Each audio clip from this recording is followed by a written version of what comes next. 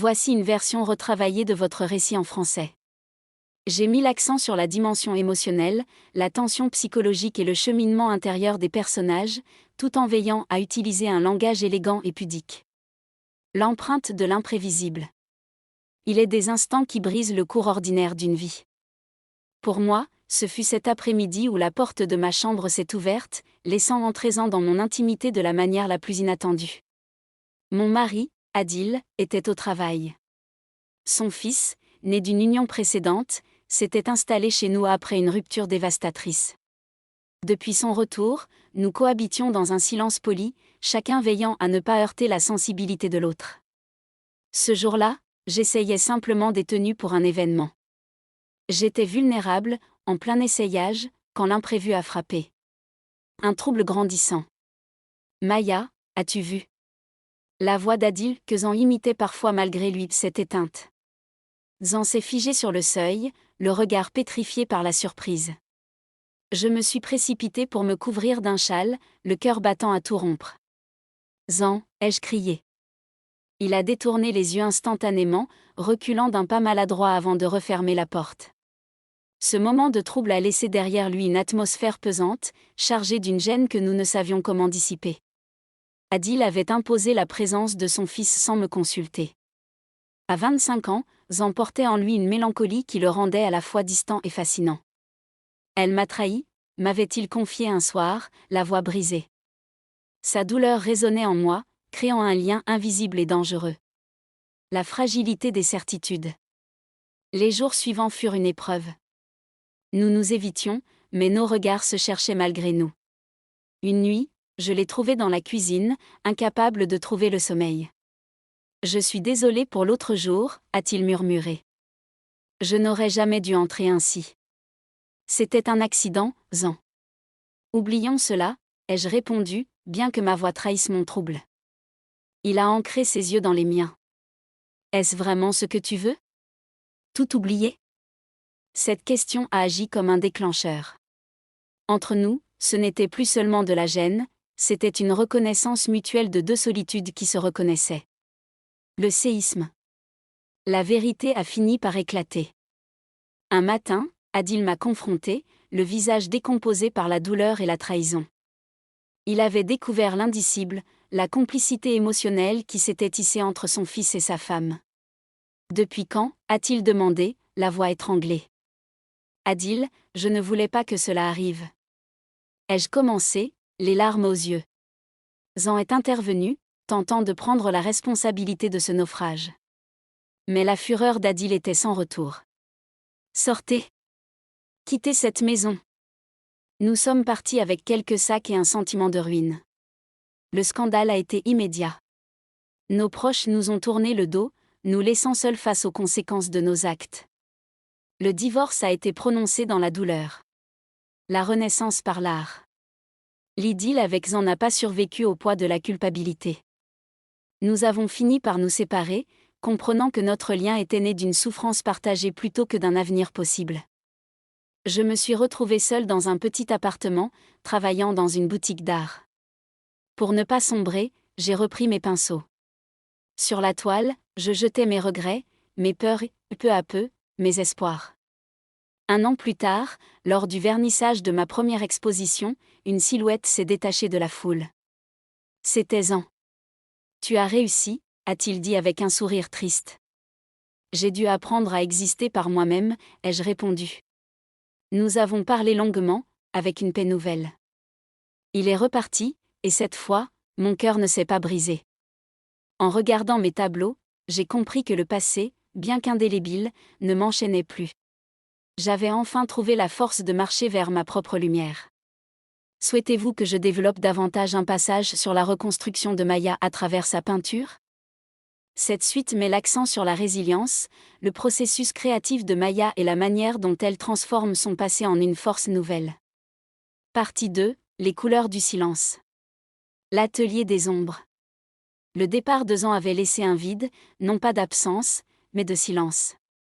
Dans mon petit appartement baigné d'une lumière crue, j'ai d'abord peint la fureur. Mes premières toiles étaient saturées de rouge sang et de noir d'encre, des traînées violentes qui rappelaient le visage décomposé d'Adil et le claquement de la porte finale. Chaque coup de pinceau était une confession. Je ne peignais pas des visages, mais des sensations, le poids d'un regard interdit, la texture de la culpabilité, la fraîcheur du lin sur une peau surprise. C'était ma thérapie, une manière d'extraire le poison que le scandale avait injecté dans mes veines. La transmutation. Peu à peu, la palette a changé. Le bleu profond des nuits d'insomnie a laissé place à des ocres et des ors, évoquant une terre qui cicatrise. Un jour, j'ai commencé une œuvre intitulée L'intrus.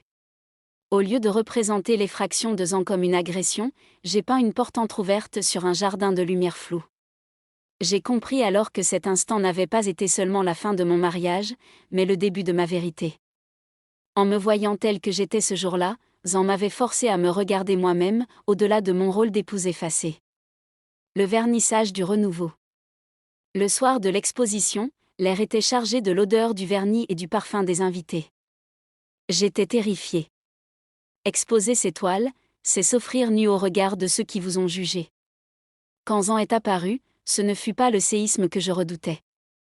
Son regard sur mes tableaux était empreint d'une reconnaissance muette. « Tu as capturé l'instant de la porte », murmura-t-il devant l'intrus.